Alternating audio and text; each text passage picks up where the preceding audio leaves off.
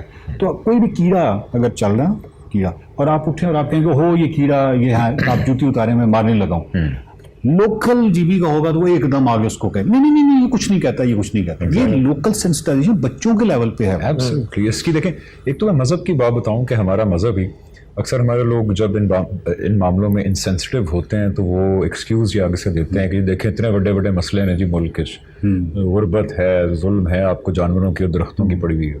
لیکن آپ دیکھیں، آپ صلی اللہ علیہ وسلم نے کئی بار فرمایا، لیکن اس وقت کی آپ سوچیں جنگ و جدال بھی چل رہا ہے، ٹرائبل وارفیئرز بھی چل رہی ہیں، ایک مطلب تو پھر بھی چلیں کچھ قانون شانون ہے، اس وقت کچھ بھی نہیں ہوتا تھا.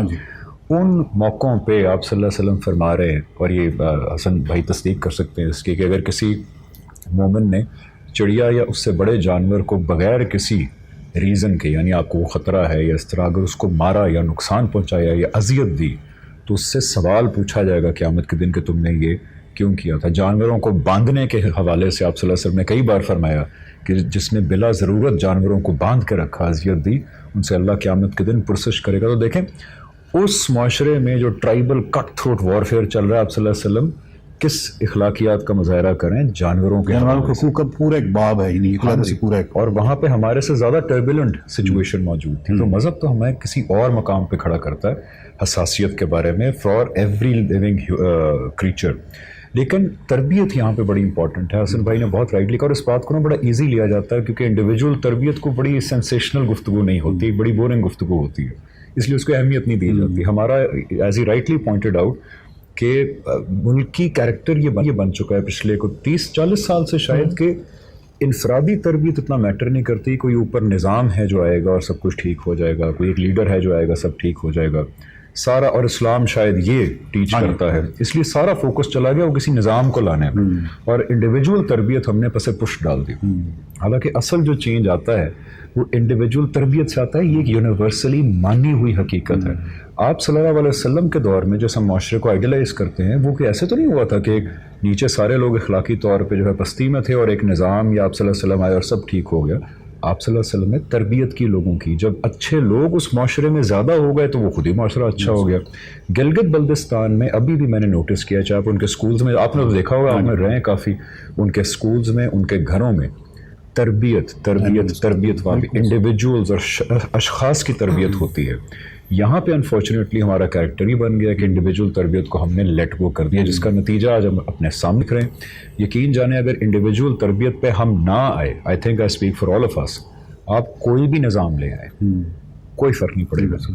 حسن بھائی آخر پہ صرف یہ عرض کر دیجیے کہ یہ جو آپ دیکھتے ہیں کہ دو طرح سے، مطلب شکار کے حوالے سے دو چیزیں ہیں. ایک یہ ہے کہ آپ شوقیہ کرتے ہیں اور ایک یہ ہے کہ آپ کو بھوک ہے. اچھا، یہ کچھ سائنس کی ترقی اور پچھلے 40-50 سالوں میں بھوک کافی حد تک کچھ ایڈریس بھی ہوئی ہے، اور پھلوں کی ایک فراوانی اور اناج کی، اور یہ چیزیں ہم دیکھ رہے ہیں.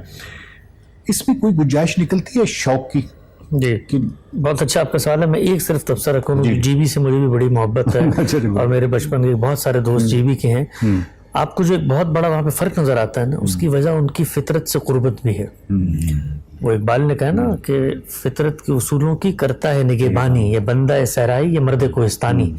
تو یہ کنکریٹ کے جنگلوں میں جب آپ انسان کو بند کر دیتے ہیں نا، جن کو فطرت سے کوئی لگاؤ نہیں ہوتا، تو ان کے ہاں یہ احساس بھی نہیں پیدا ہوتا.